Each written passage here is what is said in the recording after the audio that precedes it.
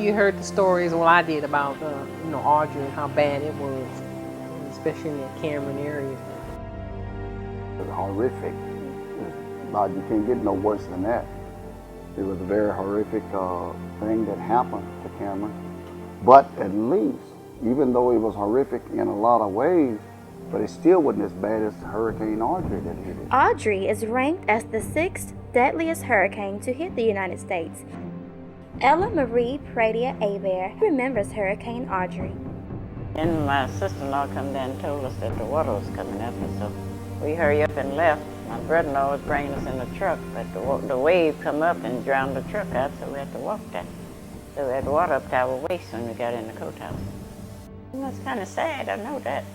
The wind was blowing and everything. See people floating by the window, you couldn't reach them. There were 500 people that died in Hurricane Audrey. This here is my Aunt Johnny, my mother's sister. Aunt Johnny drowned in Hurricane Audrey, and so did this little baby that she's holding. The baby at that time during Hurricane Audrey was about 2 years old, the little boy. The way the story goes is that after their house broke up, they were on a side of the house floating on the water. And evidently, Aunt Johnny panicked. She was holding the baby. She wouldn't give the baby up. And they were trying to get the baby from her. Wind was blowing real hard and rain, and the wind blew her off the board. Her and the baby, and they both drowned. They never was found, her or the baby. So she was either washed out to the sea or buried off in the unknown grave that they have for Hurricane Audrey victims. Her youngest daughter, this is Pete, nickname. Pete came home for the summer from school. She was off in college. She came home for the summer and ended up drowning.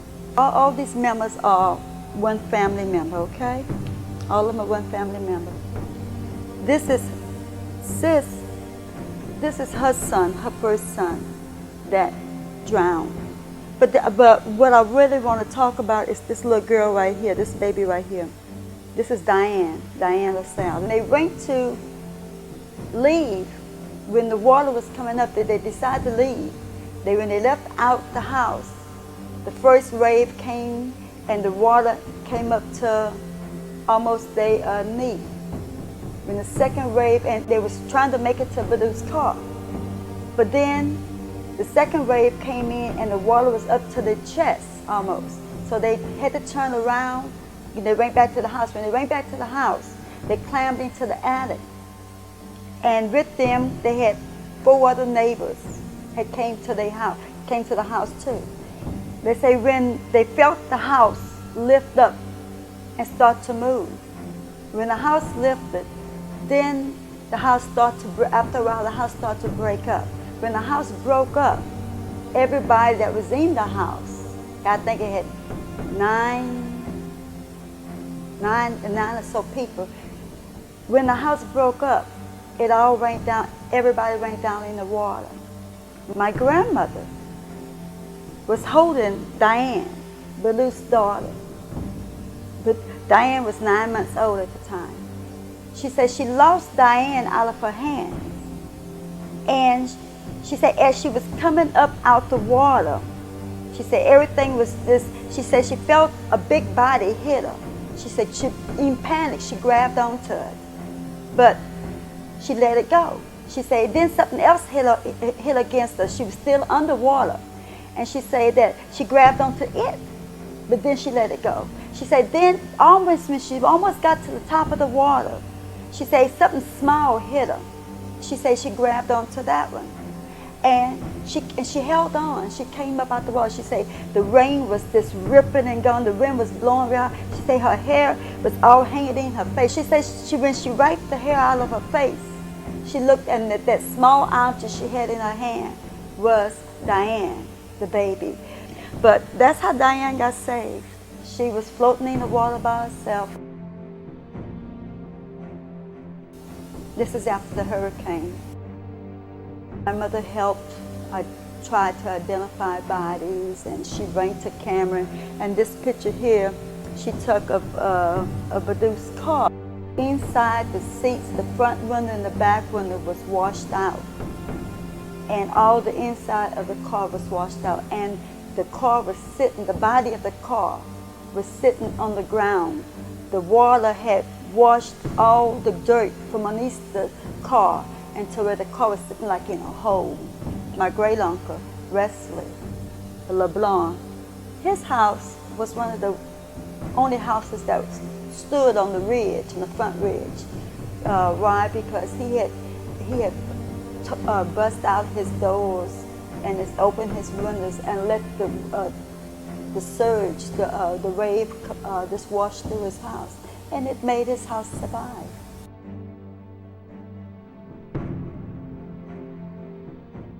So I remember my mother and I and my older brothers and all that, we was going to look for my oldest brother, who was a commercial fisherman in Cameron. We was going to look for him. They had the bodies all scattered out at the funeral homes on the ground outside.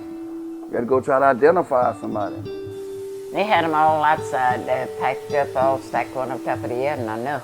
And they had lime all upon them. They was all white, like powder on them, keep them from smelling.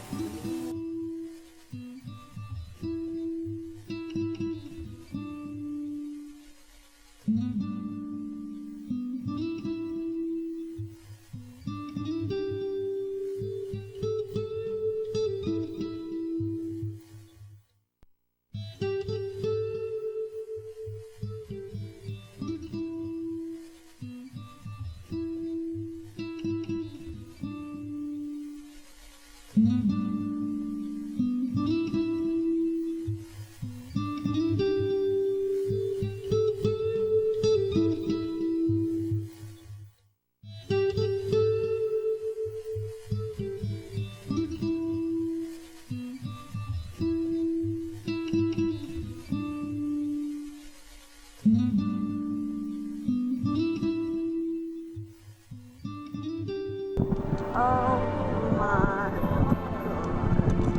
Every one of them turned. Daddy didn't open, but Mother did.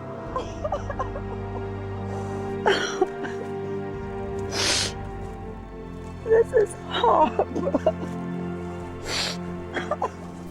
This is Edith Pradia Thibodeau and Ada James Thibodeau. They are both dead. They're both buried in Cameron, Louisiana, in the family grave. My mother's grave open, but thank God her coffin was still there. She's been dead for 43 years, okay? She died of childbirth at 36, leaving 7 children from 16 down to newborn. My mother died. He was only about 4.5 years old. Don't remember his mother. But to see him cleaning off the car, cleaning the dirt off around it, it really tore my heart out to see it. He made mention about the fact that he had dropped some dirt off in the coffin, off in the cement thing. And I heard him say, "I'm sorry, Mother." I'm sorry, Mother. Just tore my heart out. We brought some cement reelers. My daughter helped mix the cement.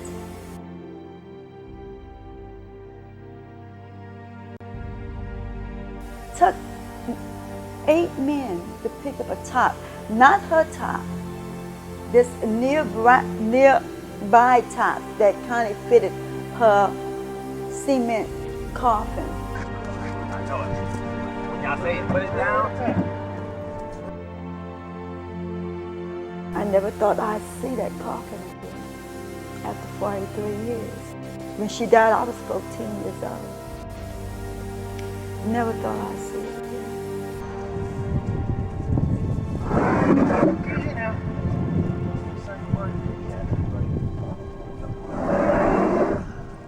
These military guys, they were so loving.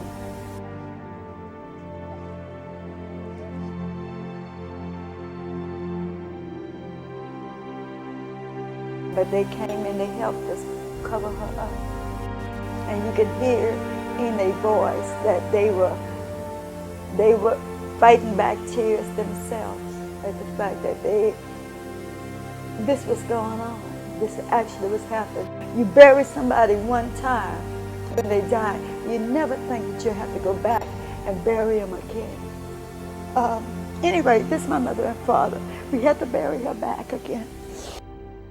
In the long family graveyard, there was some 71 markers that the coroner that came and marked, saying that that's how many coffins is missing from that grave. And I thank God that I don't have to go and look for them out there in the marsh where the bodies are being picked up right now.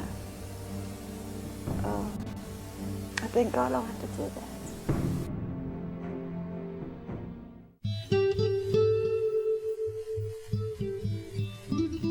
My husband kept telling me, when they call for an evacuation, we're going to leave. And they kept calling for an evacuation, but they said, of course, it was voluntary. So he said, okay, when they do a mandatory, we're going to leave. Well, it's Thursday evening by that time. Everybody was trying to get out of town. Looked at the interstate I-10. No one was moving. Everything caused back to back, creeping. Well, honesty, circumstances. First of all, I've never left before. And I seen the panic that was going on. I would drive across Appalachia Street over there on top of that freeway that crosses over I-10, and I would see the traffic back to back. And what's on my mind is that, hey, some of these people will get caught out here in this storm because you can't get gas. People running out of gas in traffic. So where would I go? I stayed here until the wind started blowing kind of rough. We were hearing on the news that a lot of people were stalled on the highway or stuck or running out of gas or whatever. So my husband said, no, we're going to stay. I wasn't going to leave. But because of my daughter and my cousin, and my cousin called my brother in Tampa, called my brother in Shreveport, and they were worried me to death that I better leave.